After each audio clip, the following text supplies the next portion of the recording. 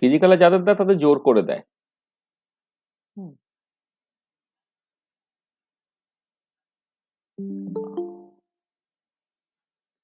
আবার আবার কি এলো, আবার কি এলো?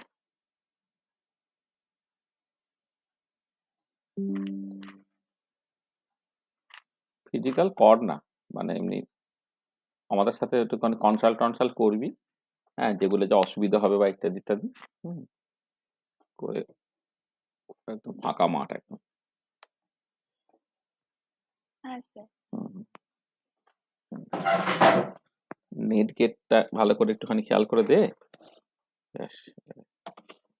আর একটু প্রজেক্ট তো কার কাছে করবি, প্রশান্তদা বা সুদীপদার কাছে পারলে করিস, করে এবারে তোর এই এটা আচ্ছা, অপশন দিয়ে দিয়েছি, ওটা সিলেকশন হবে তারপর। অপশন দিয়েছিস? হ্যাঁ স্যার। কাকে দিয়েছিস প্রথমে? প্রথমে সুদীপ স্যার দিয়েছে, তারপরে বিকেন স্যার, তারপরে সিবি স্যার, তারপরে ইউবি স্যার। না, ইয়ে দা, তাই তো, আমাদের চিন্ময় দা। আর একজন লাস্ট, কি লাস্টের নামটা কি বললি? উজ্জ্বল স্যার, উজ্জ্বল। উজ্জ্বল ভট্টাচার্য। হ্যাঁ, ওকে আমি ঠিক চিনি না।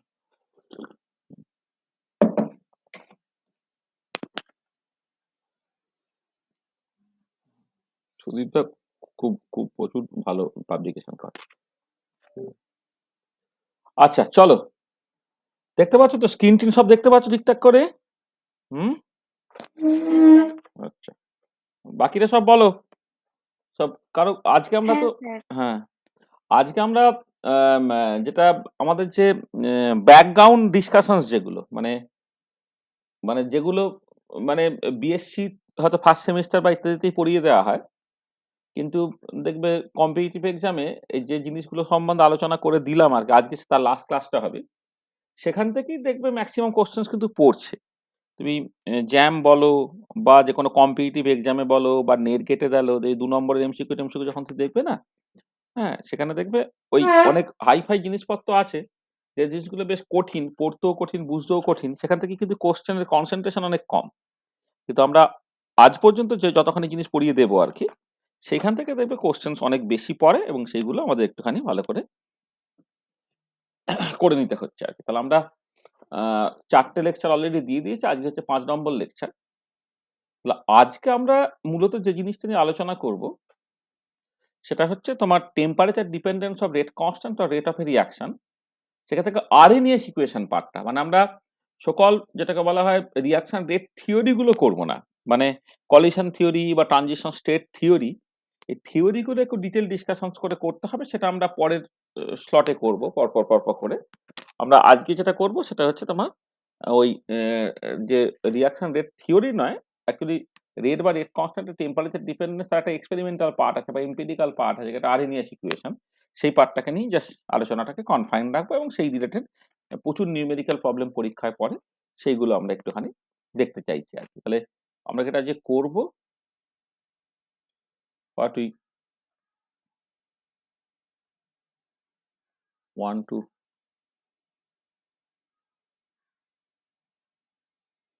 ডিসকাস টুডে,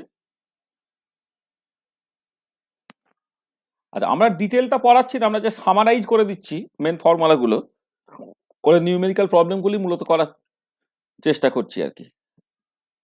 তাহলে আজকে যেটা করব সেটা হচ্ছে, যেটা বললাম,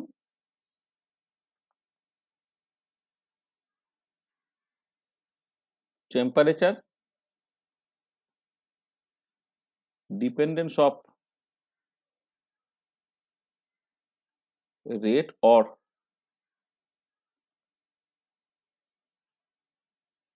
rate constant of A reaction. সেখান থেকে তোমার বেসিক্যালি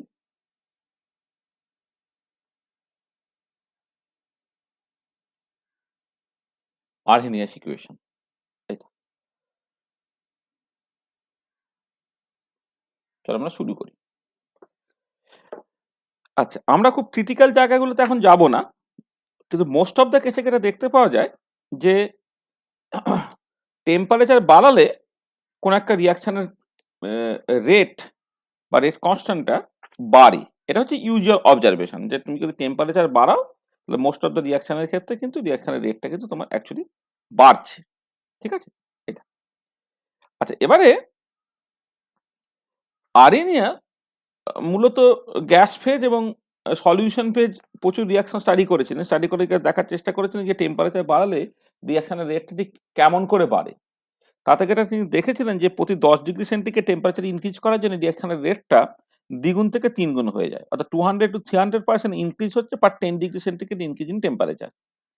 তা সেই যে এক্সপেরিমেন্টাল অবজারভেশনস গুলো, সেই অবজারভেশনস গুলো থেকে তিনি একটা ইকুয়েশন এসে পৌঁছালেন, যেটাই বেশি আর্নিয়াস ইকুয়েশন, যেটা 1889 এ তিনি অ্যাচিভ করেছিলেন। হ্যাঁ, সেটা হচ্ছে K equal to A to the power minus E the by RT. আমরা সেই জায়গা থেকে আমাদের গল্পটা স্টার্ট করব। তাহলে আর্নিয়াস ইকুয়েশনটা কি আমি তাহলে প্রথমে সামারাইজ করে দিচ্ছি।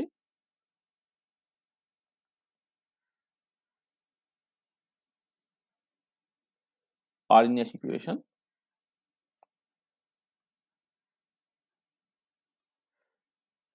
সেটা বলছে যে কেটা, রেট কনস্ট্যান্ট কেটা হচ্ছে A E to the power minus E the by RT, যেখানে কেটা হচ্ছে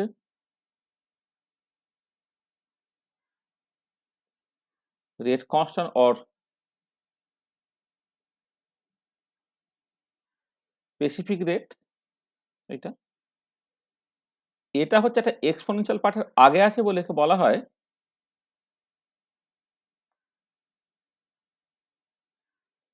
পি এক্সপোনেনশিয়াল ফ্যাক্টর। অর কখনো কখনো এটা বলা হয় এটাকে ফ্রিকোয়েন্সি ফ্যাক্টর। আচ্ছা, ফ্রিকোয়েন্সি ফ্যাক্টর টার্মটা একটু মিসলিডিং, হ্যাঁ, তবুও কোথাও কোথাও এটাকে ফ্রিকোয়েন্সি ফ্যাক্টর বলা হয়। আচ্ছা, ইরাগারটাকে বলা হচ্ছে তোমার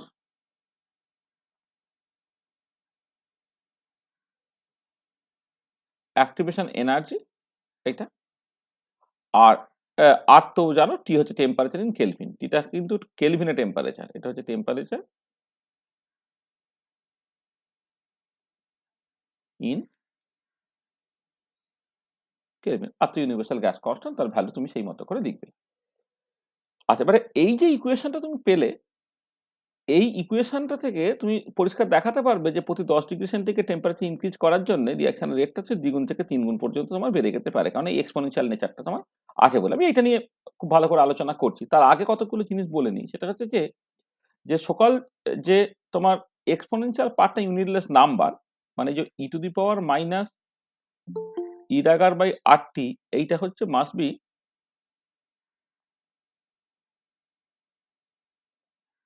ইউনিটলেস। এক্সপোনেনশিয়াল কোয়ান্টিটি সবসময় তোমার ইউনিটলেস হয়। তা সেখান থেকে দুটো জিনিস পাচ্ছ, সেটা হচ্ছে এক হচ্ছে সরি ইউনিট অফ, এখান থেকে দুটো জিনিস পাচ্ছ।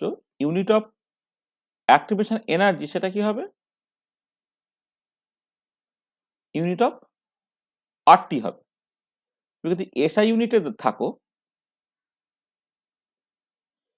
SI unit of activation energy যদি দেখো, তাহলে কি হবে, আর এর জায়গায় তুমি বসাবে হচ্ছে তোমার মানে ওই আরটা যে 8.314, তারপরে ইউনিট হচ্ছে পার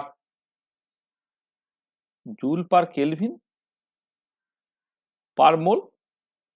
আর টেম্পারেচার যদি কেলভিন তুমি করো, তাহলে সেটা হয়ে যাবে তোমার জুল পার মোলে। মানে অ্যাক্টিভেশন এনার্জির এসআই ইউনিট হচ্ছে জুল পার কেলভিন, অথবা অনেক সময় এটাকে kilo joule per, sorry, joule per mole, অনেক সময় এটাকে কিলো জুল পার মোলে বলা হয় এটা। আর কনভেনশনাল ইউনিট যদি তুমি দেখো, কনভেনশনাল ইউনিট হচ্ছে তুমি দেখবে কিলো ক্যালোরি পার মোলে লেখা হয় এটা। এসআই ইউনিট জুল পার মোল বা কিলো জুল পার মোল লেখা হয়, আর কনভেনশনাল ইউনিট হচ্ছে কিলো ক্যালোরি পার মোলে লেখা হয় আর কি এইটা। আর এবারে এক্সপোনেনশিয়াল পার্টটা কিন্তু ইউনিটলেস নাম্বার হয়ে যায়, তাহলে এ এর ইউনিট আর কে এর ইউনিট তোমার সমান হয়ে যাচ্ছে। তাহলে ইউনিট অফ এ সেটা হচ্ছে তোমার ইউনিট অফ রেট কনস্ট্যান্ট কে, এটা। এবার ইউনিট অফ রেট কনস্ট্যান্ট যেটা, সেটা তোমরা অলরেডি দেখেছো, সেটা তোমার অর্ডার অফ দ্য রিঅ্যাকশনের উপরে নির্ভর করে। মানে অর্ডারটা কেমন তার মতো করে রেট কনস্ট্যান্ট ইউনিট তোমার ঠিক হবে। তাহলে যদি এনথ অর্ডার রিঅ্যাকশনস করো, তাহলে সেটা হয়ে যাবে কত, mole to the power n-1 litre to the power 1 minus, না মোল টু দি পাওয়ার তোমার, দাঁড়া এক সেকেন্ড, এটা হচ্ছে তোমার কেটা 1 সেকেন্ড, মানে কেটা লিটার টু n মাইনাস 1 টা 1 সেকেন্ড। তোমার ভেলোসিটি অফ দ্য রিঅ্যাকশন সেটা যে k into c to the power n, তো সেখানে কেটা হয়ে যাচ্ছে v by c to the power n। তো এটা হচ্ছে ভেলোসিটি হচ্ছে mole per litre per second divided by mole per litre, তার পাওয়ার হচ্ছে তোমার n। তাহলে সেটা হয়ে গেল কত? Mole to the power 1 minus n, litre to the power n minus 1, second inverse. তাহলে mole to the power 1 minus n, mole to the power 1 minus n, litre to the power n minus 1 into second inverse. এইটা এটা কার জন্য? না, এটা হচ্ছে for nth order reaction. For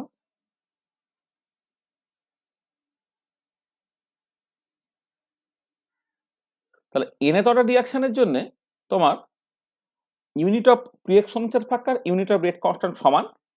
তারা হচ্ছে mole to the power 1 minus n, litre to the power n minus 1, second inverse. পরিষ্কার দেখতে পাচ্ছ order to order pre exponential ফ্যাক্টরের ইউনিটগুলো তোমার পাল্টে যাচ্ছে। ঠিক আছে, এইটা।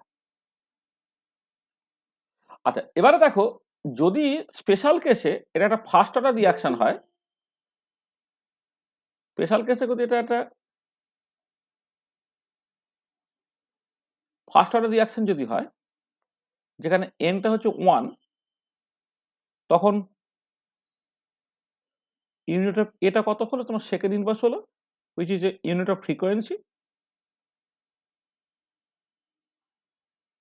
Which is unit of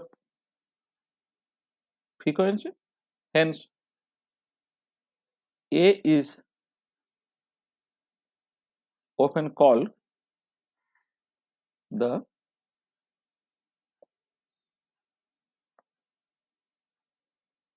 frequency factor. এটাকে অনেক সময় না তোমার ফ্রিকোয়েন্সি ফ্যাক্টর বলে, ওই জন্য মানে ফ্রিকোয়েন্সি ফ্যাক্টরটা জাস্ট অ্যাকচুয়ালি মানেটা তোমার ফ্রিকোয়েন্সি ফ্যাক্টরের মানেটা হচ্ছে ফার্স্ট অর্ডার রিঅ্যাকশনের ক্ষেত্রে কিন্তু ঠিক ঠিক করে বোঝা যাচ্ছে, কিন্তু জেনারেল একটা আরবিট্রারি অর্ডার রিঅ্যাকশনের ক্ষেত্রে এটাকে জাস্ট ফ্রিকোয়েন্সি ফ্যাক্টরটা বললে ব্যাপারটা একটু মিসলিডিং হয় আর কি। হ্যাঁ, সেখানে ওটাকে আমি তো সবসময় পছন্দ করি প্রি এক্সপোনেনশিয়াল ফ্যাক্টর বলতে, কারণ এক্সপোনেনশিয়ালের আগে আছে বলে। ফ্রিকোয়েন্সি ফ্যাক্টর ফার্স্ট অর্ডার রিঅ্যাকশনের ক্ষেত্রে ফ্রিকোয়েন্সি ফ্যাক্টর বলার যথোপযুক্ত, কারণ ওটা অ্যাকচুয়ালি ইউনিটটা সেকেন্ড নিব, যেটা একটা ফ্রিকোয়েন্সির ইউনিট রিপ্রেজেন্ট করছে, কিন্তু অন্যান্য অর্ডার রিঅ্যাকশনের ক্ষেত্রে এটা ফ্রিকোয়েন্সি ফ্যাক্টর না বলাই ভালো। তাহলে দেখো, তাহলে আরএনএস ইকুয়েশন যেটা, সেই আরএনএস ইকুয়েশনে প্রত্যেকটা টার্মের মানে তুমি বুঝে গেলে, ইতো এক্সপোনেনশিয়াল তোমার কাছে এটা পরিষ্কার আছে। এটা আচ্ছা, এবারে এইটাকে এইরকম ভাবে না দেখে, মানে আচ্ছা, এখান থেকে তুমি তো এটা নিশ্চয়ই সাডেনলি বুঝতে পারছো, যদি টেম্পারেচার মানে এই যে একটা ইয়ে সরি, আর্নিয়ার বানানটাই তো এখানে ভুল লিখেছি, কি করেছি দেখো। এক সেকেন্ড, না, এক সেকেন্ড, আর্নিয়ার বানান ভুল লিখে দিচ্ছি।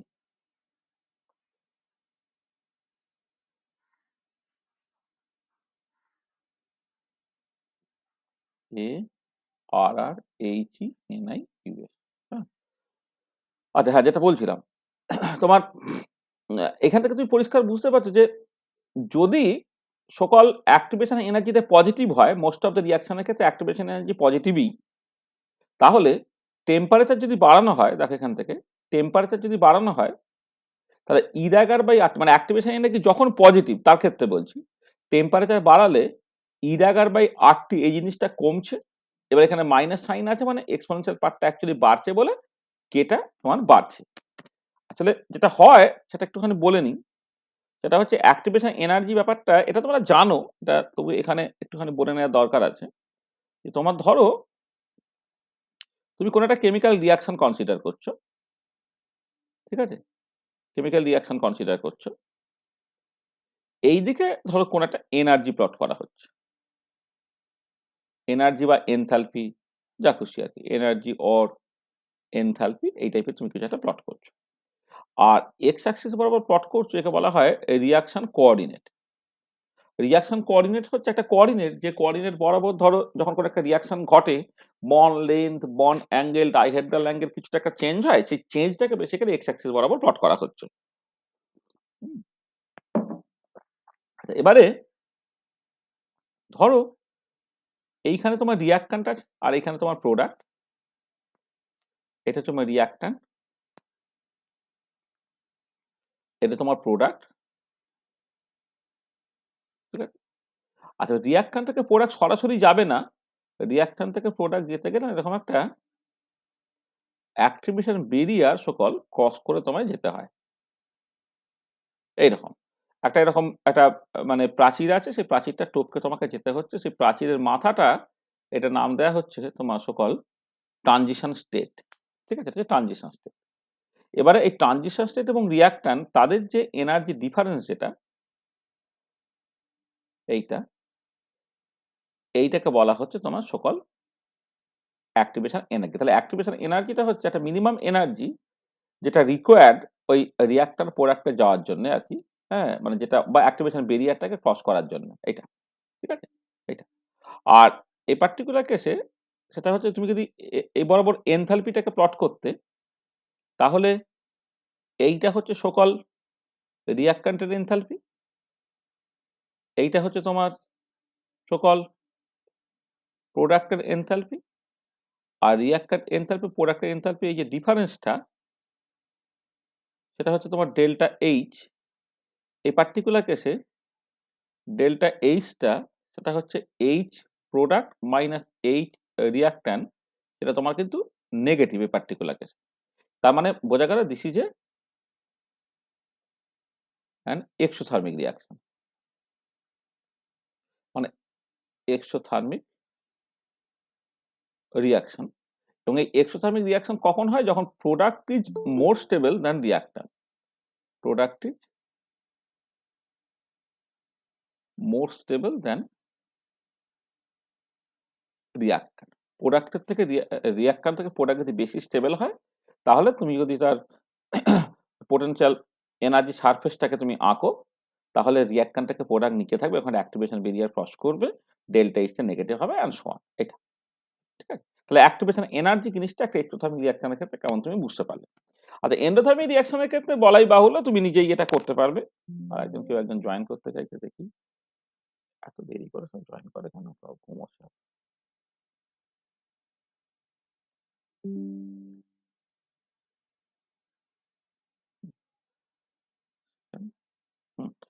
আর এটা কিন্তু এন্ডোথার্মিক রিঅ্যাকশন হয়, এগুলো তো ছোটবেলা থেকে তোমাদের শেখানো হচ্ছে। কারণ 11-12ও এসব দেখেছি ঠিকঠাক করে সব আছে।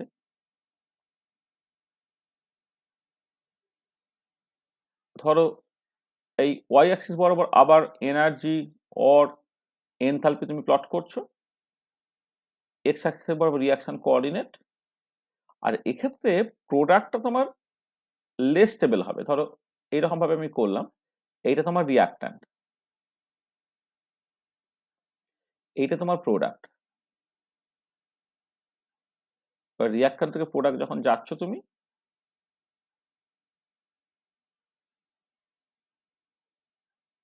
এটা এটা হচ্ছে তোমার ট্রানজিশন স্টেট, ঠিক আছে?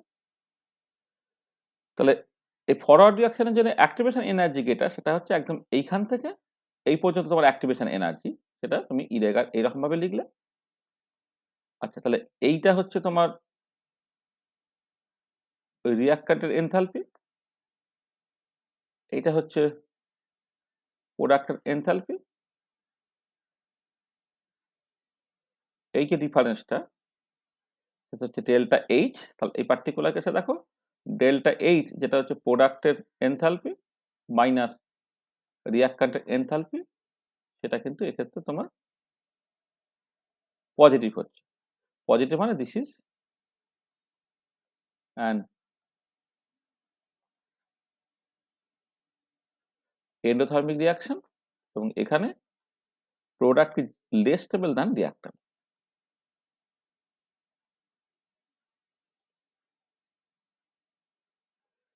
রিঅ্যাক্ট্যান্ট মানে রিঅ্যাক্ট্যান্ট থেকে প্রোডাক্ট যেহেতু লেস স্টেবল, তোমাকে এনার্জি দিতে হচ্ছে, সেটা একটা এন্ডোথার্মিক। এর আগেরটা হচ্ছে রিঅ্যাক্ট্যান্ট থেকে প্রোডাক্ট যেহেতু মোস্ট স্টেবল, এনার্জি বেরিয়ে আসে, সেটা হচ্ছে তোমার এক্সোথার্মিক, ঠিক আছে? তাহলে এই যে সকল অ্যাক্টিভেশন এনার্জি যে টার্মটা এখানে ব্যবহার করা হয়েছে, সেই অ্যাক্টিভেশন এনার্জির মানটা তোমার কাছে এখন পরিষ্কার হয়, ঠিক আছে? আচ্ছা, এবারে এই ছবিটা আঁকলেই তুমি পরিষ্কার বুঝতে পারছো যে টেম্পারেচার বাড়ালে যে রিঅ্যাকশনের রেটটা বাড়ছে বলছে, সেটা কিসের রেসপেক্টে। মানে বেসিক্যালি যদি অ্যাক্টিভেশন বেরিয়ারটা তোমার পজিটিভ হয়, অ্যাক্টিভেশন এনার্জিটা পজিটিভ হয়, মোস্ট অফ দ্য রিঅ্যাকশনের ক্ষেত্রে তাই হচ্ছে যে for most of the elementary reaction,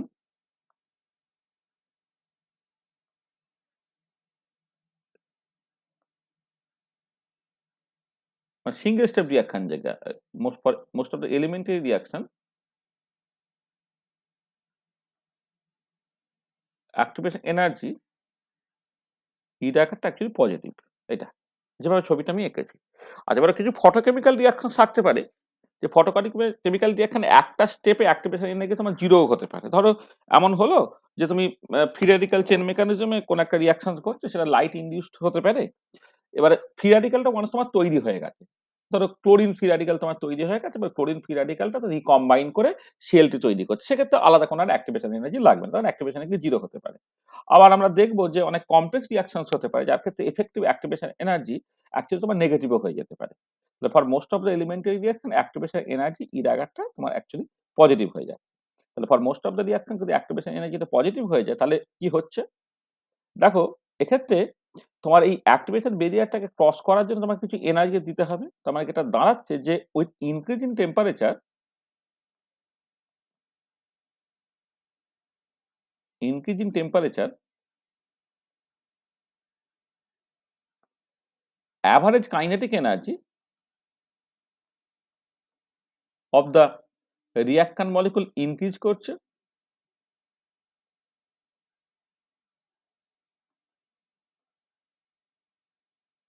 যখন টেম্পারেচার তুমি বাড়াচ্ছ, average kinetic energy of the reaction increase করবে। তুমি জানো যে কাইনেটিক এনার্জি 3/2 বা কেটির সঙ্গে প্রপোর্শনাল, কে যেখানে বোলম্যান কনস্ট্যান্ট।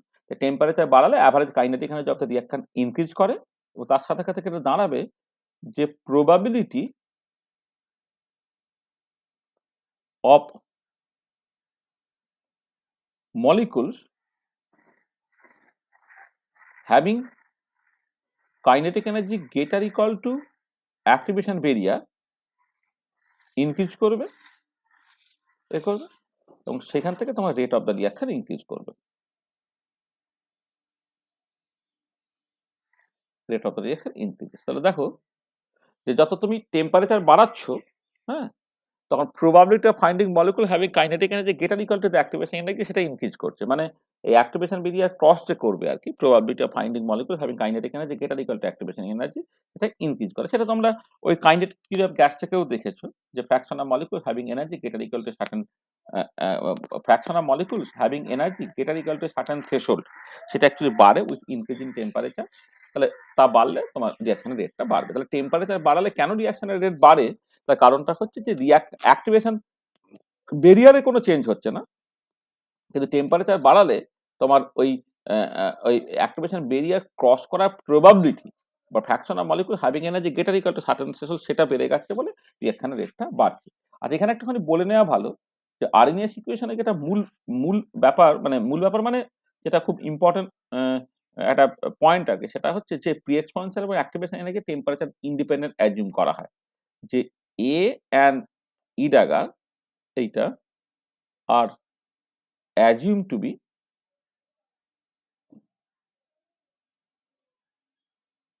temperature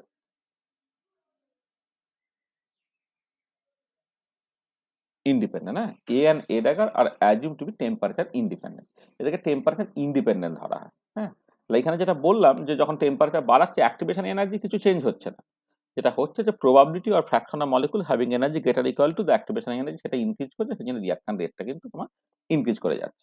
এটা একটুখানি মাথায় রাখতে হবে। এটা ঠিক আছে, এটা for most of the elementary রিঅ্যাকশনের ক্ষেত্রে এটা হচ্ছে। এবারে কখনো কখনো তুমি দেখতে পাবে যে কোনো একটা কমপ্লেক্স রিঅ্যাকশনের ক্ষেত্রে অ্যাক্টিভেশন এনার্জিটা তোমার নেগেটিভ হয়ে যেতে পারে, বা ইভেন 0 হয়ে যেতে পারে। 0 হয়ে গেলে কোনো টেম্পারেচার ডিপেন্ডেন্স থাকবে না। আর যদি তোমার নেগেটিভ হয়ে যায়, তখন কিন্তু টেম্পারেচার বাড়ালে রিঅ্যাকশন রেট ইভেন কমতেও পারে আর কি। সেই ধরনের সিচুয়েশন গুলো আমাদের দেখতে হবে। মানে দেয়ার আর সাম কমপ্লেক্স রিঅ্যাকশন ফর হুইচ ই আকারটা তোমার 0, এফেক্টিভ ই আকারটাকে মানে এফেক্টিভ অ্যাক্টিভেশন এর 0, দেন আচ্ছা এফেক্টিভ আগে 0টার থেকে আগে নেগেটিভটা বলে নিই। এফেক্টিভ অ্যাক্টিভেশন এনার্জি নেগেটিভ হতে পারে এটা। দেন rate of the reaction decreases with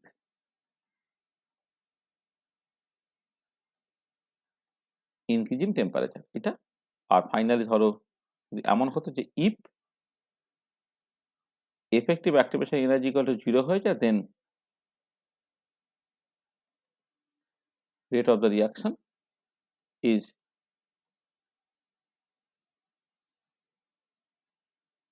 independent of temperature। এগুলো আমি আসবো যে কোন ধরনের সিচুয়েশনের ক্ষেত্রে। এমনিতেও জিরো অ্যাক্টিভেশন এনার্জি তো বললাম, ফটোকেমিক্যাল রিঅ্যাকশনের ক্ষেত্রে জিরো অ্যাক্টিভেশন এনার্জি তুমি দেখতে পেতে পারো। আর কি ধরনের কমপ্লেক্স রিঅ্যাকশনের ক্ষেত্রে তোমার এফেক্টিভ অ্যাক্টিভেশন এনার্জিটা নেগেটিভ হয়ে যেতে পারে, সেই ধরনের সিচুয়েশন আমরা আসবো আর কি এটা। আচ্ছা, এবারে এই কনটেক্সটে নেক্সট যে জিনিসটা দরকার সেটা হচ্ছে যে তুমি যদি এক্সপেরিমেন্টালি অ্যাক্টিভেশন এনার্জিটাকে বের করতে চাও তাহলে তুমি কি করে বের করবে? আচ্ছা, এক্সপেরিমেন্টাল অ্যাক্টিভেশন এনার্জিটা বের করার রাস্তা হচ্ছে যে কতগুলো ডিফারেন্ট আমি দেখিয়ে দিই কতগুলো ডিফারেন্ট টেম্পারেচারে তোমাকে রেট কনস্ট্যান্টটাকে বের করতে হবে। আমি দেখাই আগে যে experimental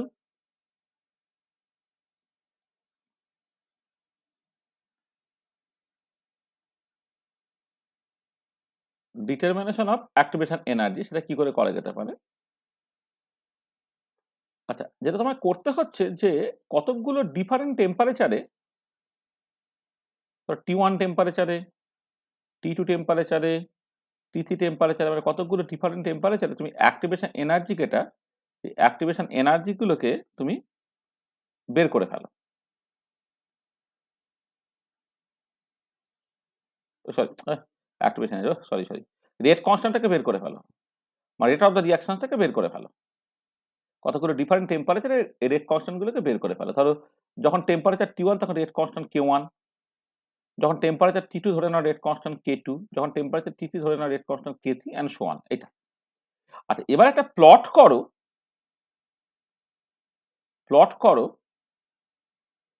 ln K versus 1/T। Plot করলে কি হবে? প্লট করলে যেটা তুমি পাবে সেটা হচ্ছে যে ln K versus 1/T plot করে একটা স্ট্রেট লাইন হবে যে নেগেটিভ স্লোপ। সেটা কোথা থেকে পাচ্ছি দেখো, যে ফ্রম এই আরএনএস ইকুয়েশনটা থেকে একটা স্টেপ এগোলেই k যেহেতু a e to the power minus e⁻RT তুমি ln k করে নাও। ln k কত হলো? ln a minus e⁻RT। তার মানে কি হচ্ছে এখানে ln k versus 1/T plot gives a straight line with slope equal to minus e⁻R। তাহলে অ্যাক্টিভেশন এনার্জিটা কত হলো? তাহলে অ্যাক্টিভেশন এনার্জিটা হচ্ছে তোমার e⁻টা সেটা হচ্ছে মাইনাস R ইন্টু স্লোপ। তোমার কি হচ্ছে যে এক্সপেরিমেন্টালি তুমি কতগুলো ডিফারেন্ট টেম্পারেচার রেট কনস্ট্যান্টটাকে বের করো, বের করে ln k versus 1/T plot করো। প্লট করলে একটা স্ট্রেট লাইন হচ্ছে উইথ নেগেটিভ স্লোপ, হ্যাঁ, যার স্লোপটা হয়ে গেল তোমার মাইনাস e⁻R। তাহলে সেখান থেকে অ্যাক্টিভেশন এনার্জিটাকে বের করে ফেলতে হচ্ছে মাইনাস R ইন্টু স্লোপ। আর ইন্টারসেপ্টটা হচ্ছে তোমার ইন্টারসেপ্ট এই পার্টিকুলার কেসে হচ্ছে ln a। সেখান থেকে তুমি চাইলে পি এক্সপোনেনশিয়াল ফ্যাক্টরটাকে বের করতে পারো। আচ্ছা আচ্ছা, এবারে অনেক সময় এইটা করা হতে পারে যে তোমার যদি এই যে ইকুয়েশনটা আছে না, এটা ln k দিয়ে তুমি যদি এটাকে লগ করে নাও, লগ 10 বেস k করে নাও, তাহলে সেটা হয়ে যাবে কত? Log 10 base a minus e⁻/2.303 RT। এইরকম এই ধরনের সিচুয়েশনে কিন্তু তুমি করো, মানে এখানে আমি তো এই প্লটটাকে করছি ln k ভার্সেস 1/T। কেউ যদি এই প্লটটাকে করে, অনেক সময় এইখান থেকেও প্রবলেম গুলো দেয় যে তোমার ln k প্লট না করে তার বদলে log 10 base k versus 1/T plot করে। তাহলে এই পার্টিকুলার কেসে তোমার ওই একই রকম সিচুয়েশন হলো, কিন্তু দিস টাইম স্লোপটা হয়ে যাবে minus E the by 2.303 into R. তাহলে এই পার্টিকুলার কেসে অ্যাক্টিভেশন এনার্জি যদি তোমাকে বের করতে হয়, সেটা বের করতে হয় -2.303 আর ইন্টু স্লোপ। তাহলে খেয়াল রাখবে যে তোমার 2.303টা গুণ থাকবে কি থাকবে না, পুরোটা নির্ভর করছে প্লটটা ln কে ভার্সেস 1/t নাকি log 10 বেস ভার্সেস মানে log e বেস নাকি log 10 বেস, তার মতো করে কিন্তু 2.303টা গুণ হবে। এটা কিন্তু কেয়ারফুল থাকবে। নিউমেরিক্যাল প্রবলেম করার সময় যা সবসময় -2.303 আর ইন্টু স্লোপ এরকম বলে দিলে সেরকম না। যদি প্লটটা ln কে ভার্সেস 1/t থাকে তাহলে কিন্তু 2.303টা থাকবে না। আর এক্ষেত্রে তখন ইন্টারসেপ্টটা হয়ে যাচ্ছে তোমার log 10 বেস a। তাহলে এক্সপেরিমেন্টালি অ্যাক্টিভেশন এনার্জি বের করার মূলত রাস্তা হচ্ছে এইটা, যে তুমি বিভিন্ন টেম্পারেচারে কতগুলো ডিফারেন্ট টেম্পারেচার 4-5টা টেম্পারেচারে তুমি ওই থার্মোস্ট্যাট ব্যবহার করতে হয় এখানে আর কি, হ্যাঁ, করে তুমি রেট কনস্ট্যান্ট গুলোকে বের করে নিলে, এবারে ln কে ভার্সেস 1/t তুমি প্লট করে তুমি সেখান থেকে এক্সপেরিমেন্টাল ডিটারমিনেশন অফ অ্যাক্টিভেশন এনার্জিটা পেয়ে যাচ্ছ এটা। আচ্ছা, এবারে নিউমেরিক্যাল প্রবলেম করার সময় কি করতে হয়, এখন প্লট-টট তোমায় আঁকতে দেবে, সেখান থেকে স্লোপ দেবে এরকম। কিছু প্রবলেম দেয় তোমায় বলে দিল যে ln কে ভার্সেস 1/t প্লট করা হয়েছে, যেক্ষেত্রে তোমার স্লোপটা এত হয়েছে, তাহলে অ্যাক্টিভেশন এনার্জি কত? আবার কখনো যেটা ওই ln কে ভার্সেস 1/t প্লট এরকম না বলে দিয়ে তার বদলে যেটা দেয়, সেটা হচ্ছে দুটো ডিফারেন্ট টেম্পারেচারে তোমার রেট কনস্ট্যান্টের ভ্যালু বলে দেয়। ধরো এরকম বললাম যে লেট রেট কনস্ট্যান্টের ভ্যালুটা k equal to k1 when temperature t equal to t1, আর রেট কনস্ট্যান্ট ধরো k2 হয়ে গেছে when temperature t equal to t2। তাহলে এবারে দেখো যে ফ্রম আরএনএস ইকুয়েশন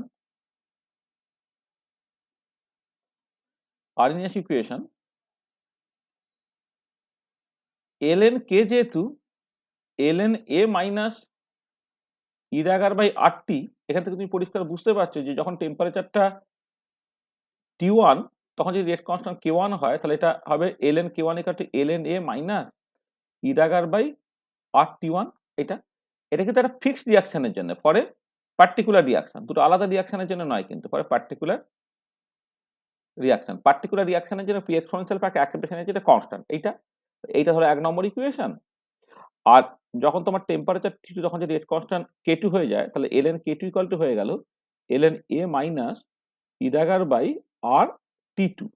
এটা হচ্ছে তোমার 2 নম্বর ইকুয়েশন। ফ্রম ইকুয়েশন 1 and 2 তুমি কি পারবে দেখো, from equations 1 and 2 ln K1 minus ln K2 এটা কত হচ্ছে, মাইনাস ই দা বাই আর যদি তুমি কমন নিয়ে নাও 1/T1 মাইনাস 1/T2।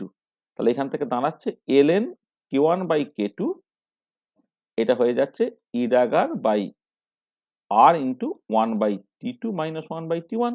তো সেখান থেকে তুমি অ্যাক্টিভেশন এনার্জিটাকে বের করে নিতে পারো R into ln K1 by K2 divided by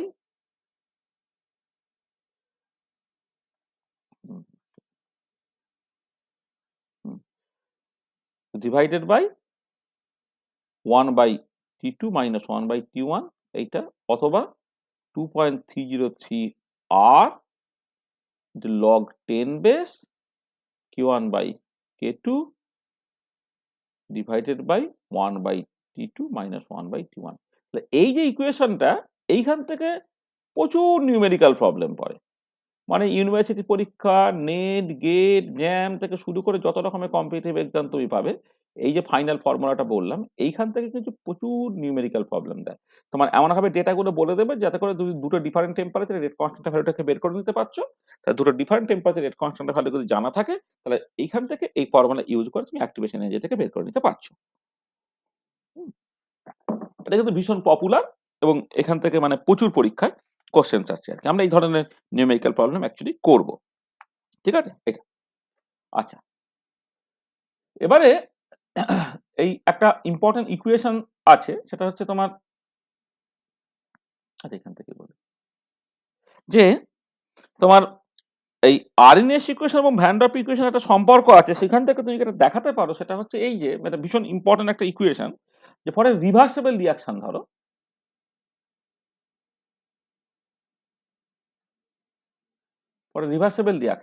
হুম, তোমার এনথালপি অফ দ্য রিয়াকশন সেটা হচ্ছে তাহলে ফরওয়ার্ড রিয়াকশনের যে অ্যাক্টিভেশন এনার্জি আর ব্যাকওয়ার্ড রিয়াকশনের যে অ্যাক্টিভেশন এনার্জি তার যে difference, forward reaction activation energy minus backward রিয়াকশনের অ্যাক্টিভেশন এনার্জি, এইটা হচ্ছে তোমার এনথালপি অফ দ্য রিয়াকশন। এইটা হয়, এটা হচ্ছে আরএনএস ইকুয়েশন এবং ভ্যান ডার ইকুয়েশনের মধ্যে যখন তুমি কানেকশন নিয়ে আসবে তখন এখান থেকে এটা তুমি দেখতে পাবে। মানে ব্যাপারটা খুব পরিষ্কার। ধরো আমরা যে দুটো ছবি এঁকেছিলাম তার মধ্যে যে কোনো একটা ছবি নিয়ে তোমাকে দেখালেই বুঝতে পারবে। ধরো তুমি একটা এই এন্ডোথার্মিক রিয়াকশন যেটা পরে এঁকেছিলাম সেটা নিয়ে তোমাকে দেখাচ্ছি। ধরে নাও এই একটা তোমার রিভার্সেবল রিয়াকশন, ঠিক আছে? এইখানে তোমার রিয়াক্ট্যান্ট আছে, এইটা হচ্ছে তোমার প্রোডাক্ট, ঠিক আছে? এদিকে তুমি ধরো এনার্জি অর এনথালপি প্লট করছো, এদিকে তোমার রিয়াকশন কোঅর্ডিনেট।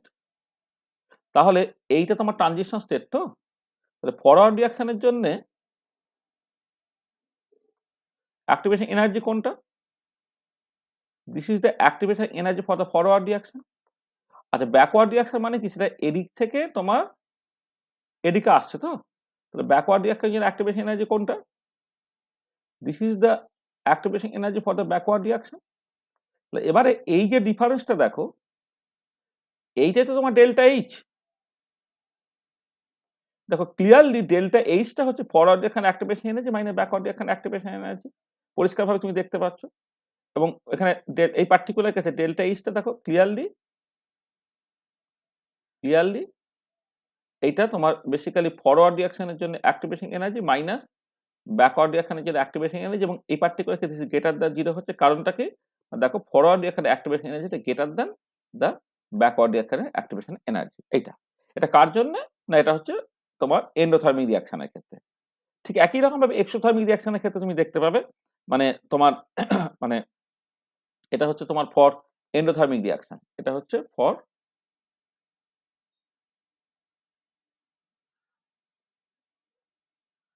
Endothermic reaction. আর ফর এক্সোথার্মিক রিয়াকশন যদি তুমি দেখো, এটা আবার নতুন করে আঁকতে হচ্ছে, যাকে কপি করে আনলে হতো। তাহলে এই অ্যাক্টিভেশন এনার্জি অর এনথালপি, এদিকে রিয়াকশন কোঅর্ডিনেট তুমি লিখলে, এই ধরো রিয়াক্ট্যান্টটা এই হচ্ছে প্রোডাক্ট,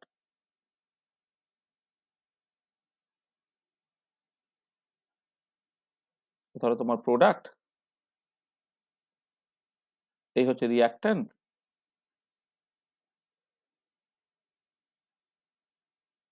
এই হচ্ছে তোমার ট্রানজিশন স্টেট। এখন এইটা হবে ফরওয়ার্ড রিয়াকশনের জন্য অ্যাক্টিভেশন এনার্জি,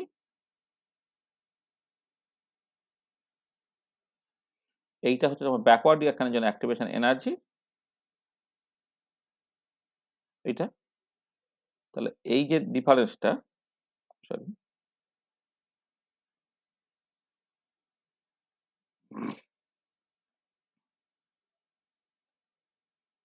এইটা হচ্ছে তোমার ডেল্টা এইচ।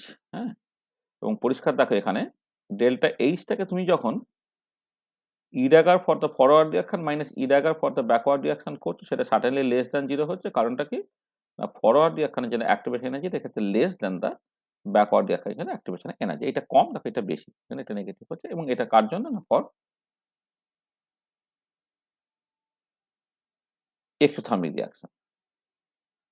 তাহলে এই ইকুয়েশনটাও কিন্তু একটা ভীষণ ইম্পর্টেন্ট ইকুয়েশন। এখান থেকে তোমার নিউমেরিক্যাল প্রবলেম আসে, যে ডেল্টা এইচটা সেটা হচ্ছে forward reaction activation energy minus backward reaction activation energy. তোমার কাছে এনথালপি অফ দ্য রিয়াকশন বলে দিল, ব্যাকওয়ার্ড রিয়াকশন অ্যাক্টিভেশন এনার্জি বলে তুমি ফরওয়ার্ড রিয়াকশন অ্যাক্টিভেশন এনার্জি বের করতে পারবে, এন্ড ভাইস ভার্সা। মানে এই তিনটের মধ্যে যে কোনো দুটো বলে দেবে, সেখান থেকে তুমি একটা বের করতে পারবে, ঠিক আছে? এটা একটা আর একটা ইম্পর্টেন্ট পয়েন্ট যেটা তোমাকে মাথায় রাখতে হবে এটা। আচ্ছা, এবারে আর একটা কথা এখানে বলি, সেটা হচ্ছে যে তোমার মানে তাহলে নিউমেরিক্যাল প্রবলেম করার জন্য আমি কি বললাম? একটা হচ্ছে তোমার এই আরএনএস ইকুয়েশন, তো মেন তো ইকুয়েশনটা আছেই। মানে মূলত তাকে লগ ফর্মে রিপ্লেস করে দেওয়ার পরে তোমার ln k versus 1/t plot তার স্লোপ থেকে অ্যাক্টিভেশন এনার্জি বের করা, সেটা একটা ফর্মুলা। সেকেন্ড যে ফর্মুলাটা দরকার সেটা হচ্ছে যে তোমার ওই দুটো ডিফারেন্ট টেম্পারেচার রেট কনস্ট্যান্ট বলে দিয়েছে, সেখান থেকে অ্যাক্টিভেশন এনার্জি বের করা, সেটা একটা। এনথালপি অফ দ্য রিঅ্যাকশনের সঙ্গে ফরওয়ার্ড এবং ব্যাকওয়ার্ড রিঅ্যাকশনের অ্যাক্টিভেশন এনার্জি তাদের সম্পর্ক সেখান থেকে একটা।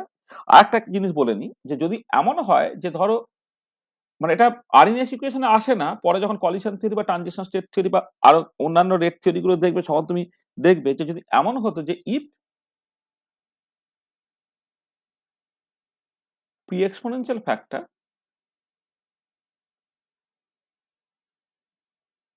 Is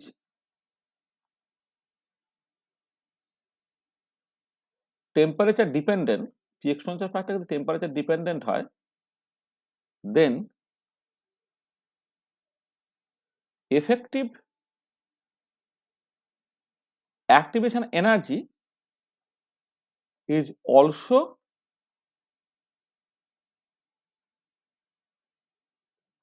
temperature dependent. আর যদি পি এক্সপোনেনশিয়াল ফ্যাক্টরটা টেম্পারেচার ডিপেন্ডেন্ট হয় তখন effective activation energy is also temperature dependent. ঠিক আছে? মানে ব্যাপারটা এরকম, ধরো তুমি এরকম বললে যে এই তোমার বললাম লেট এটা হচ্ছে তোমার একটা টেম্পারেচার ইন্ডিপেন্ডেন্ট পার্ট আছে, তার সঙ্গে টেম্পারেচার তার পাওয়ার ধরো এন, এনটা অর্ডার না, এনটা হচ্ছে জাস্ট তোমার প্রি এক্সপোনেনশিয়াল ফ্যাক্টর টেম্পারেচার উপর কেমন করে ডিপেন্ডেন্ট তার জন্য। তার মানে তাহলে কেটা কত হবে আরএনএস ইকুয়েশন থেকে? এটা তো এ ফ্রম আরএনএস ইকুয়েশন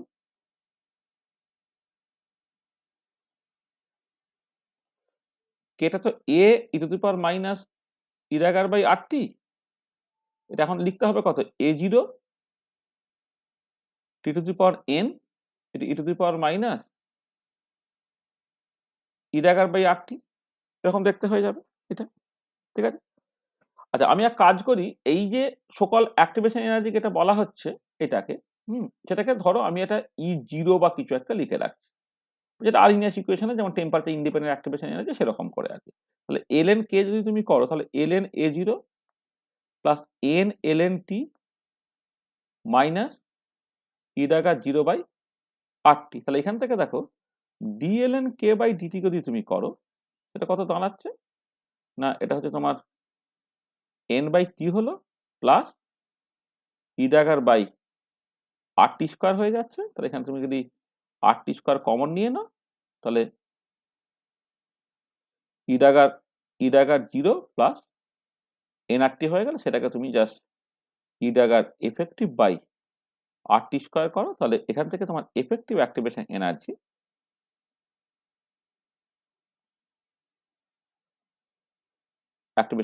হচ্ছে DLN K, oh sorry, effective activation energy হচ্ছে তোমার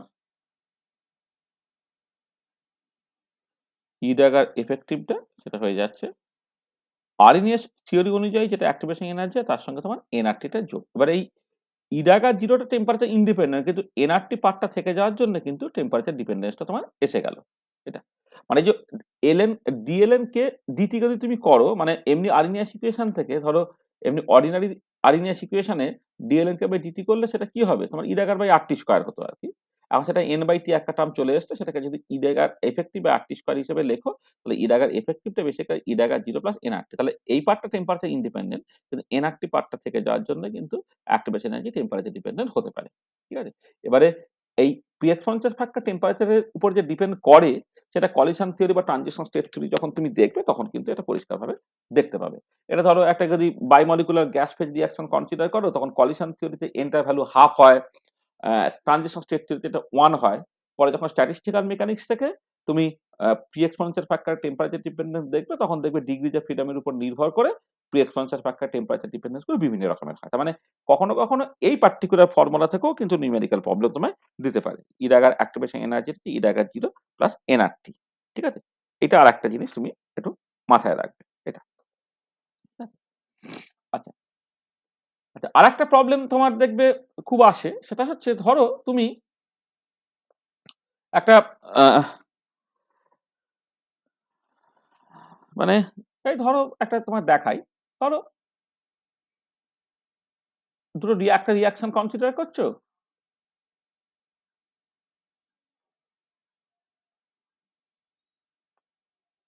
ধরো এর একটা সাবস্ট্রেট আছে প্লাস ক্যাটালিস্ট আছে, তারা একটা অ্যাক্টিভেটেড কমপ্লেক্স তৈরি করলো, ঠিক আছে? তো সেই অ্যাক্টিভেটেড কমপ্লেক্সটা ধরো ভেঙে গিয়ে প্রোডাক্ট তৈরি করলো, প্লাস ধরো ক্যাটালিস্টে রিজেনারেটেড হলো। যেকোনো হোমোজিনিয়াস ক্যাটালিসিসের ক্ষেত্রে এরকম একটা মেকানিজম তারা ফলো করে। বাস এরকম একটা স্ট্যান্ডার্ড মেকানিজম যে প্রথম স্টেপটা রিভার্সিবল, পরেরটা ইরিভার্সিবল। আচ্ছা, এবারে এই ইকুইলিব্রিয়ামটা ধরে নাও তোমার ফার্স্ট ইকুইলিব্রিয়াম। এই ইকুইলিব্রিয়ামটা ফার্স্ট ইকুইলিব্রিয়াম, এই স্টেপটা হচ্ছে স্লো, এই সেকেন্ড স্টেপটা হচ্ছে slow. Slow.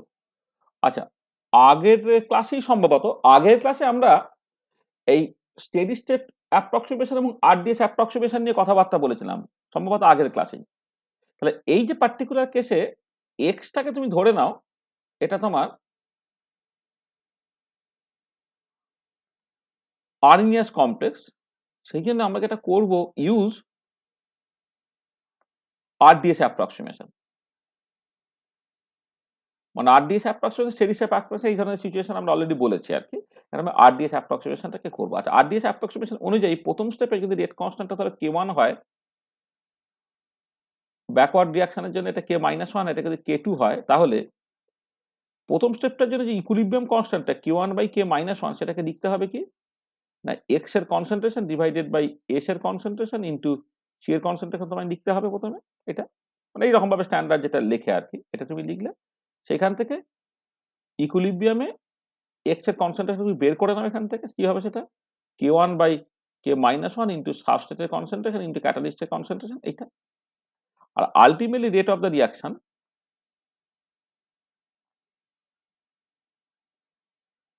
Velocity of the reaction, সেটা হচ্ছে তোমার K2 ইন্টু এক্স এর কনসেন্ট্রেশন, সেকেন্ড স্টেপ থেকে তুমি পাবে। হয়ে যাচ্ছে কত K1 K2/K-1 ইন্টু সাবস্ট্রেটের কনসেন্ট্রেশন ইন্টু ক্যাটালিস্টের কনসেন্ট্রেশন। তার মানে এখান থেকে তুমি যদি এফেক্টিভ রেট কনস্ট্যান্টটাকে বলো,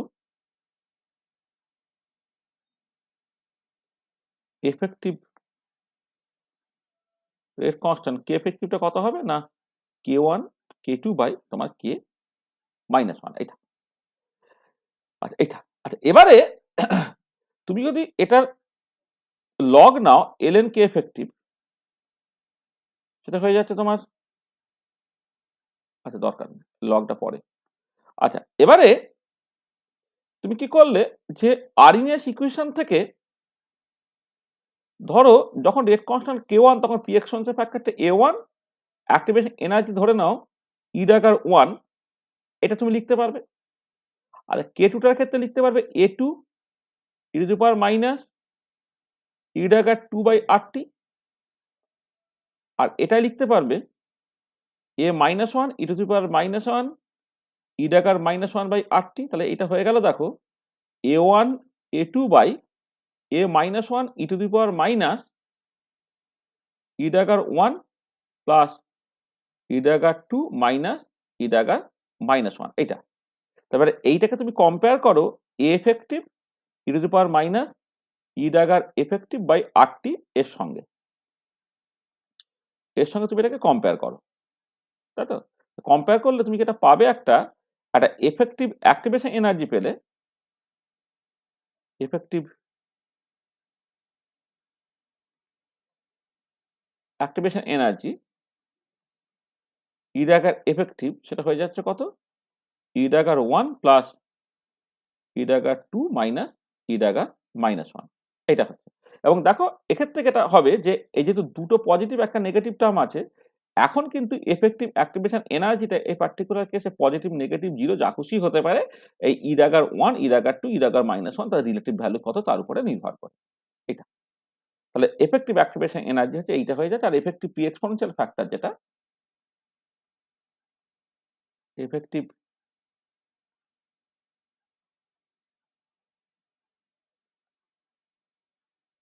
পি এক্সপোনেনশিয়াল ফ্যাক্টর, সেটা হয়ে যাচ্ছে কত A1 A2/A-1। তাহলে এই ধরনের যদি কোনো কমপ্লেক্স রিঅ্যাকশন থাকে, তার জন্য এফেক্টিভ রেট কনস্ট্যান্ট বলে দাও, তাহলে এফেক্টিভ রেট কনস্ট্যান্ট থেকে এফেক্টিভ অ্যাক্টিভেশন এনার্জি কি করে বের করবে তুমি সেটা বুঝতে পেরে গেলে। তাহলে দেখো যে রেট কনস্ট্যান্ট গুলো উপরে আছে আর কি, হ্যাঁ, সেইগুলো তোমার যোগ হয়ে আসবে, আর যেগুলো নিচে আছে সেটা তোমার বিয়োগ হয়ে আসবে, ঠিক আছে? তাহলে এই পার্টিকুলার কেসে কিন্তু এফেক্টিভ অ্যাক্টিভেশন যে পজিটিভ, নেগেটিভ, জিরো যা খুশি তুমি ভাবতে পারো আর কি, যা খুশি তুমি করতে পারো, হ্যাঁ, এবং তার মতো করে তোমার টেম্পারেচার ডিপেন্ডেন্সটা তোমার ঠিক হবে, এটা। আচ্ছা, বোঝা গেল?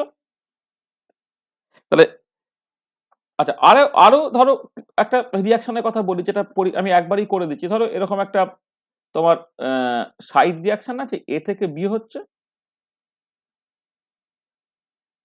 ধরো A থেকে তোমার C হচ্ছে, ঠিক আছে? এই যে A থেকে B হওয়াটা, তার রেট কনস্ট্যান্ট ধরে নাও K1, প্রি এক্সপোনেনশিয়াল ফ্যাক্টর হচ্ছে A1, অ্যাক্টিভেশন Ni কে ধরে নাও e⁻1। A থেকে C হওয়াটা, তার ধরো রেট কনস্ট্যান্টটা K2, activation A2, sorry pre exponential factor A2 আর অ্যাক্টিভেশন e⁻2। তাহলে আচ্ছা, এক্ষেত্রে তুমি জানো এই পার্টিকুলার কেসে যে এফেক্টিভ রেট কনস্ট্যান্টটা সেটা হচ্ছে তোমার K1 প্লাস K2 হয়। এটা তোমার জানা আছে যে এটা আমরা করেছি আরকি। যখন কমপ্লেক্স রিঅ্যাকশন স্টাডি করেছিলাম, তখন সাইড রিঅ্যাকশনের ক্ষেত্রে K effective K1 plus K2 এটা। তাহলে K এফেক্টিভটা যদি তোমার এইভাবে লেখো, A effective into e to the power minus e⁻এফেক্টিভ বাই RT বলো, তাহলে এটা হয়ে যাচ্ছে কত? A1 e to the power minus e⁻1 by RT plus এটা হয়ে গেল A2 e to the power minus e⁻2 by RT। এবার লগ নাও, তাহলে লগ বলছি, তুমি ডেরিভেটিভ করো e to the power minus e⁻এফেক্টিভ বাই RT ইনটু, মানে টেম্পারেচার রেসপেক্টে ডেরিভেটিভ করছি, করে এটা দাঁড়াবে কত? এটা e⁻এফেক্টিভ বাই RT স্কয়ার, এটা হয়ে যাচ্ছে A1 e to the power minus e⁻1 by RT into e⁻1 by RT square হয়ে গেল, প্লাস এটা হয়ে গেল A2 e to the power minus e⁻2 by RT, derivative করলে e⁻2 বাই RT স্কয়ার, এটা হলো। তো এবারে এইটা হচ্ছে তোমার K এফেক্টিভ ইনটু e⁻এফেক্টিভ, আর এখানে RT বাদ দিয়ে দিচ্ছি, তাহলে এইটা হচ্ছে K1, এটা হচ্ছে K1, তাহলে K1 e⁻1 হলো, এটা হচ্ছে K2 ইনটু e⁻2 হলো। তাহলে এখান থেকে দেখো তুমি এফেক্টিভ অ্যাক্টিভেশন এনার্জিটা পেয়ে যাচ্ছ K1 e⁻1 plus K2 e⁻2 by K effective. K এফেক্টিভের জায়গায় তুমি আবার K1 প্লাস K2 টাকে বসিয়ে দাও, তাহলে দেখো, তাহলে এই স্পেসিফিক রিঅ্যাকশনের ক্ষেত্রে একটা সাইড রিঅ্যাকশন যদি থাকে, তাহলে এফেক্টিভ অ্যাক্টিভেশন এনার্জিটা তুমি K1E1 plus K2E2 by K1 plus K2 এই ফর্মুলা ব্যবহার করে করতে পারবে, ঠিক আছে? হলো। তাহলে দেখো আমরা মোটামুটি ভাবে temperature dependence of RNase equation নিয়ে যে ধরনের মূল ইকুয়েশনস গুলো যেগুলো বলতে হয় আর কি, আমি সেটা করলাম। এবারে তার মতো করে পরীক্ষায় তোমার প্রচুর নিউমেরিক্যাল প্রবলেমস আছে, সেই নিউমেরিক্যাল প্রবলেমস গুলো তোমাকে জাস্ট করতে হবে। মানে প্রচুর নিউমেরিক্যাল প্রবলেম সেখান থেকে আসে আর কি, মানে অনেক রকম নিউমেরিক্যাল প্রবলেম আছে, সেটা তুমি জাস্ট চাইলেই করতে পারো আর কি। ধরো আমি একটা নিউমেরিক্যাল প্রবলেম দিয়ে স্টার্ট করি, 1 মিনিট।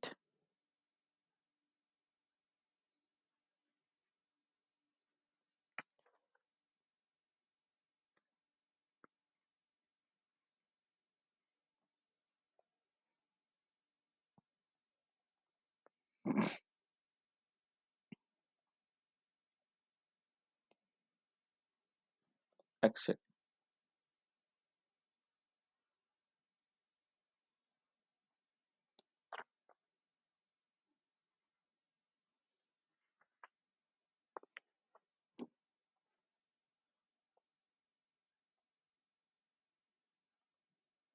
তো একটা প্রবলেম বলা হচ্ছে, বলছে the first order gaseous reaction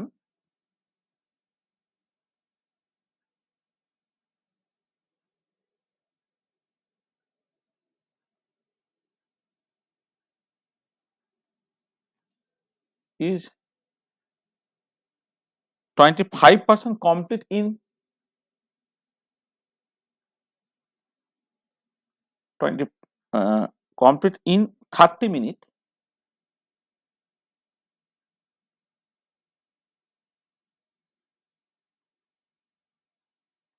25% complete in 30 minutes, ডিগ্রিটা রয়ে গেছে,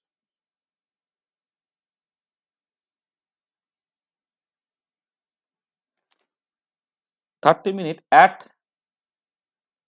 227 degree centigrade and 10 minutes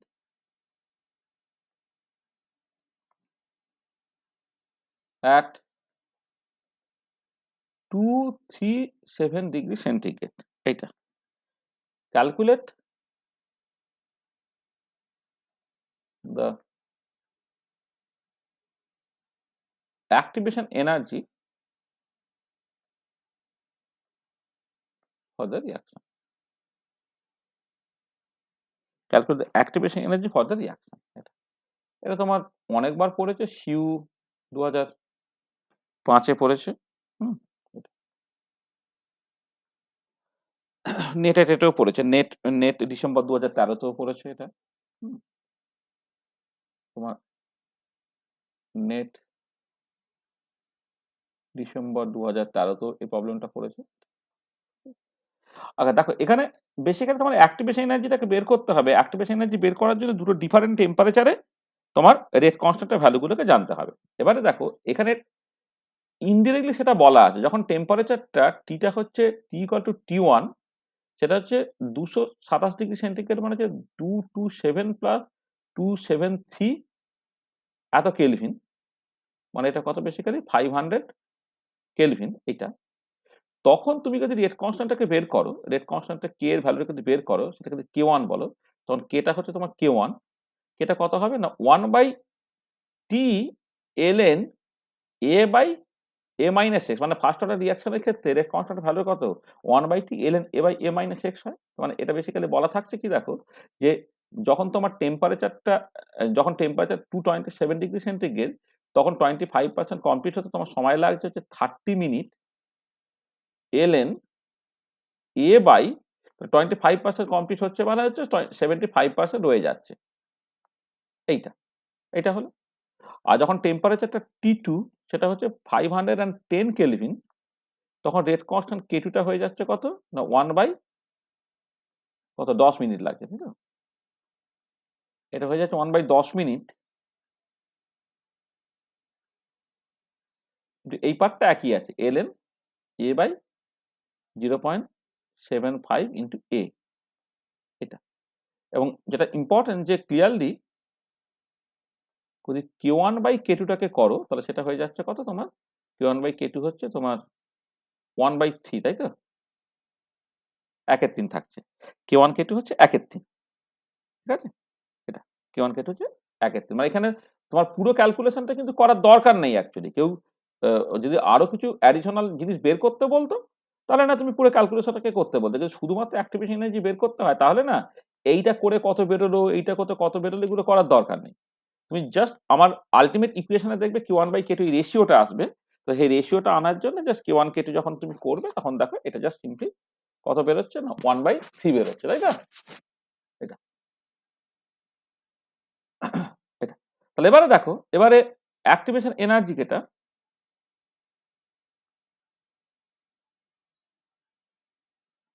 ই ডাগার, সেটা কত হয় আর ln K1/K2 divided by 1/T2 minus 1/T1,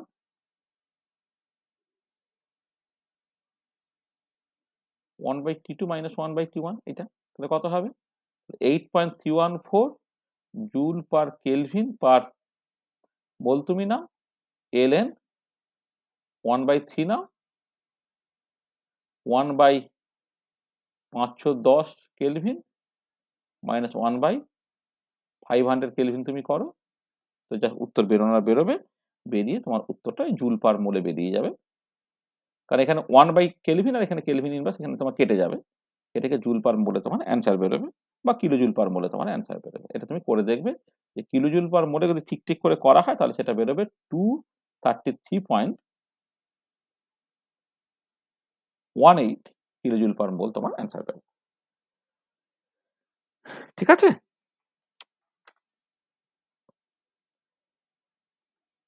তো দেখো, এখানে মানে একদম সরাসরি দুটো ডিফারেন্ট টেম্পারেচারে রেট কনস্ট্যান্টটা ভালো বলে দেয়নি, কিন্তু একটু জাস্ট ঘুরিয়ে দেওয়া হয়েছে আর কি। হ্যাঁ, সেখান থেকে তুমি এটাকে করে ফেলতে পারছো। মানে ফার্স্ট অর্ডার রিঅ্যাকশনের ক্ষেত্রে এটা দুটো ইকুয়েশন মেশানো। ফার্স্ট অর্ডার রিঅ্যাকশনের ক্ষেত্রে তোমার টাইম যদি বলে দেয় বা কতখানি ফ্র্যাকশন রিঅ্যাকশন যদি বলে দেয়, সেখান থেকে তোমার রেট কনস্ট্যান্ট ভ্যালুটাকে বের করে নেওয়া একটা কাজ। তারপরে তোমার ওই temperature dependence of rate constant of reaction, সেখান থেকে অ্যাক্টিভেশন এনার্জি কি করে বের করতে হয় সেটা। মানে দুটো পার্ট মেশানো আছে এই পার্টিকুলার প্রবলেমটার ক্ষেত্রে। দেখো কোনো অসুবিধা হলো এই প্রবলেমটা বুঝতে? না স্যার। আচ্ছা তো? আচ্ছা, ধরো আরেকটা প্রবলেমের কথা বলছি।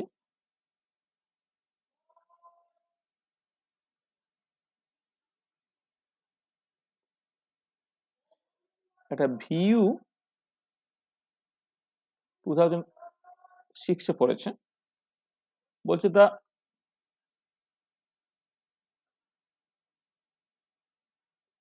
the gas phase reaction 2N2O5 থেকে হচ্ছে তোমার 4NO2 plus O2 has K equal to 2.05 into 10 to the power, sorry, এক সেকেন্ড, এটা একটুখানি বড় এক্সপ্রেশন থেকে একটুখানি নিচে লিখি।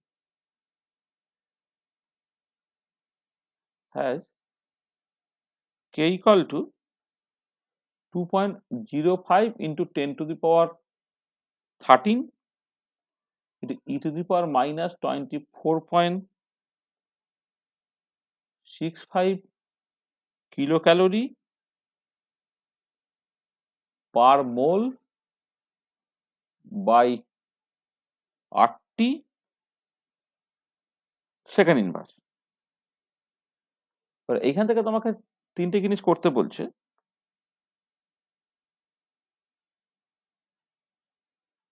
What are the values of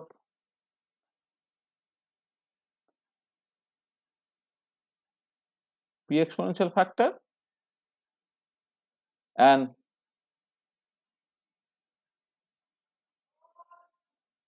activation energy? এইটা এক নম্বর।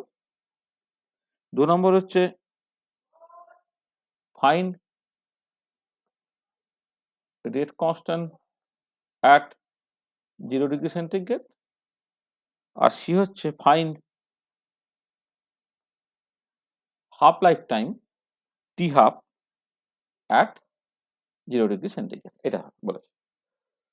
দেখো এই পার্টিকুলার কেসে তুমি যে সেটাকে কম্পেয়ার করবে আর্রিনেস ইকুয়েশনের সঙ্গে, compare with the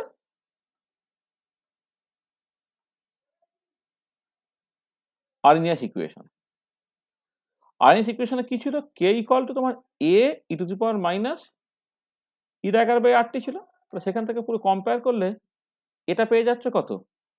2.05 into 10 to the power 13 second inverse এটা। অ্যাক্টিভেশন এনার্জিটা কত পেয়ে যাচ্ছ?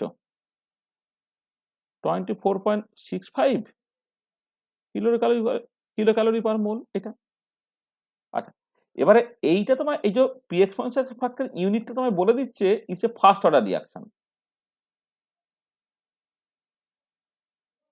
কারণ পি এক্সপোনেনশিয়াল ফ্যাক্টর ইউনিট আর রেট কনস্ট্যান্ট ইউনিট একই হয়। এবারে রেট কনস্ট্যান্ট ইউনিটটা বা পি এক্সপোনেনশিয়াল ফ্যাক্টর ইউনিটটা কিন্তু সেকেন্ড ইনভার্স, তোমার it's a first order reaction. First order reaction যদি হয়ে যায়, আচ্ছা, তাহলে তার হাফ লাইফ টাইমের এক্সপ্রেশন তোমার কাছে থাকবে আর কি। তার আগে একটা জিনিস বলেছে যে find the rate constant at 0 degree centigrade. কিছুই না, এখানে তুমি কে এর এক্সপ্রেশন যেটা আছে সেখানে এই যে 2.05 into 10 to the power 13 into E to the power minus 24.65 into এক কাজ করো 10 টু দি পাওয়ার 3 করে দাও ক্যালোরি পার মোল, আর নিচে রয়ে গেল আর এর value 1.987 calorie per kelvin per mole into 0 degree centigrade মানে 273 কেলভিন। এইটা এটা করবে, করে যেটা বেরোবে সেটা হচ্ছে তোমার ভ্যালুটা। ঠিক আছে, তার ভ্যালুটা বেরোবে দেখবে 3.77 into 10 to the power -7 second inverse এটা। আর হাফ লাইফ টাইম যখন বের করতে চাইবে তখন 0.693 বাই কে, অর্থাৎ 0.693 কেটা তুমি অলরেডি বের করে ফেলেছো 3.77 ইন্টু 10⁻⁻7 সেকেন্ড। সেকেন্ডে তোমার অ্যান্সারটা বেরোবে, সেটা হচ্ছে বা একবার ইয়ারে তোমার বেরিয়ে যাচ্ছে 510.32 আওয়ার। এটা হচ্ছে তোমার অ্যান্সার বেরিয়ে যাচ্ছে। ঠিক আছে, বোঝা গেল? হ্যাঁ sir.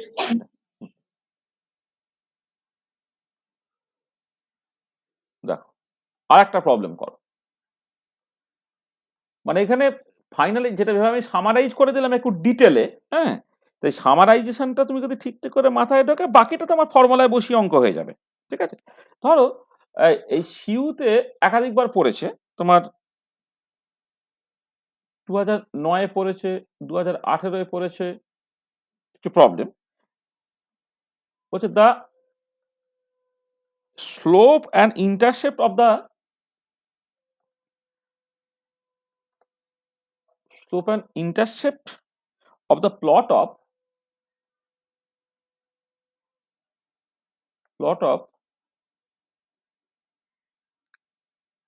log 10 base k versus 1/t for a first order reactions are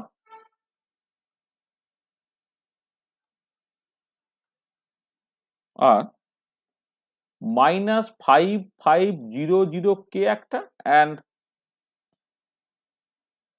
এটা হচ্ছে স্লোপটা আর ইন্টারসেপ্ট হচ্ছে 13.5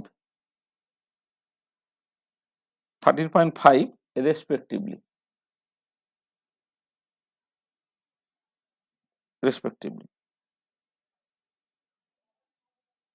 Estimate the activation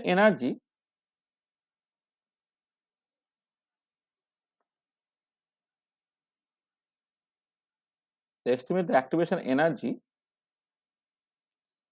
and rate constant at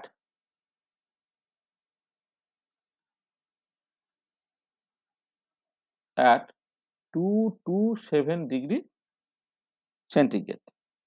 ঠিক আছে, এটা এখানে বলে দেওয়া আছে K is in second inverse, এটা তোমার বলে দেওয়া আছে। ঠিক আছে, তাহলে এর সলিউশন তুমি কেমন করে করবে?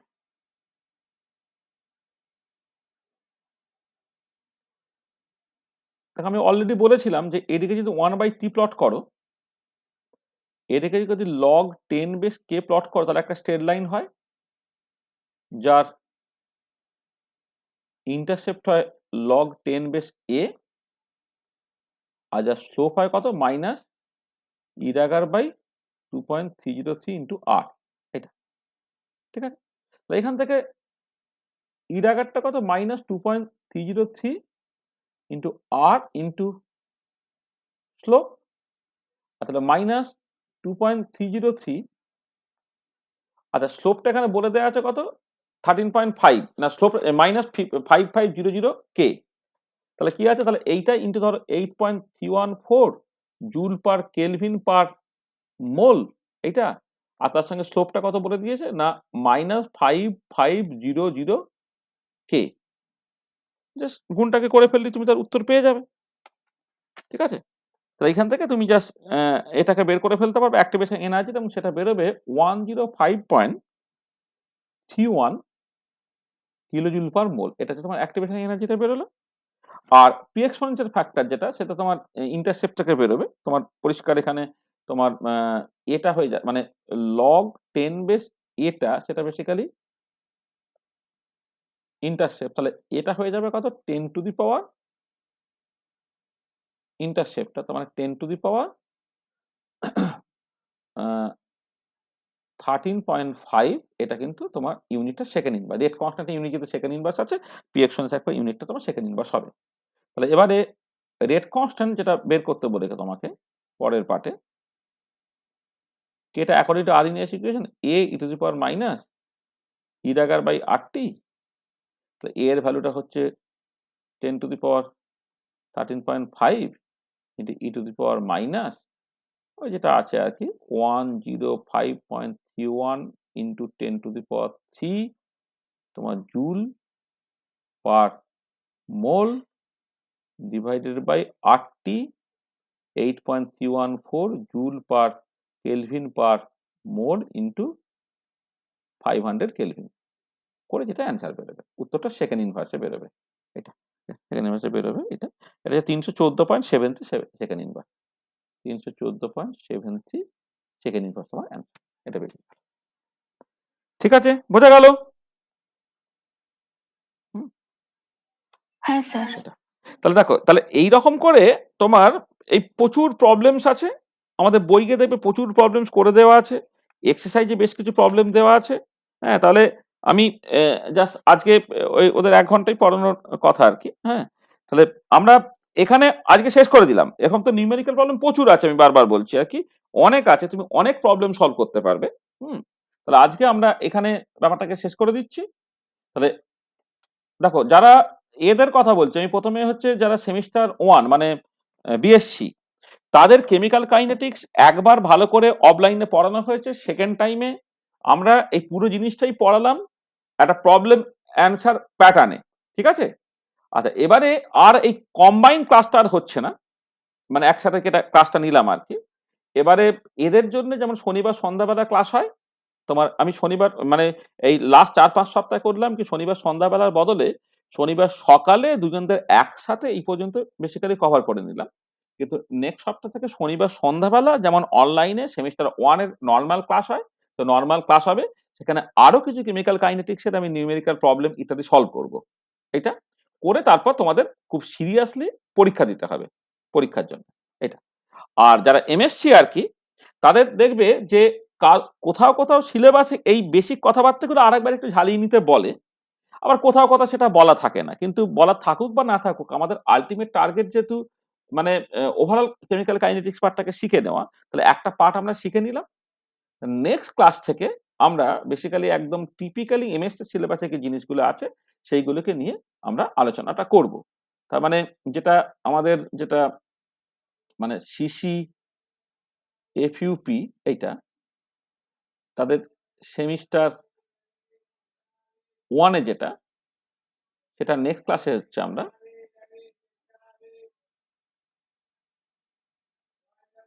নেক্সট ক্লাসে যেটা তোমার স্যাটারডে ইভিনিং এ যে ক্লাসটা হয়, সেখানে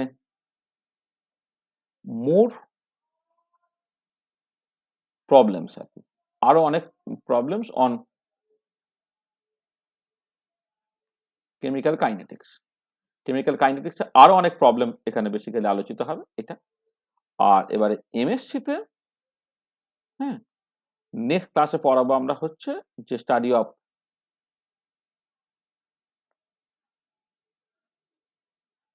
ফার্স্ট রিয়াকশন, সেখান থেকে তোমার এই রিল্যাক্সেশন মেথড যেটা, এইটাই মূলত তোমার এমফ্যাসিস দেওয়া হবে। স্টাডি অফ ফার্স্ট রিয়াকশন, সেখান থেকে রিল্যাক্সেশন মেথড আর কি, এটা আমরা পড়বো এটা। আর এমনিতে এই সপ্তাহ থেকেই হচ্ছে নেটের যে ডেডিকেটেড ক্লাস আর কি, সেই নেটের ডেডিকেটেড ক্লাস শুরু হবে।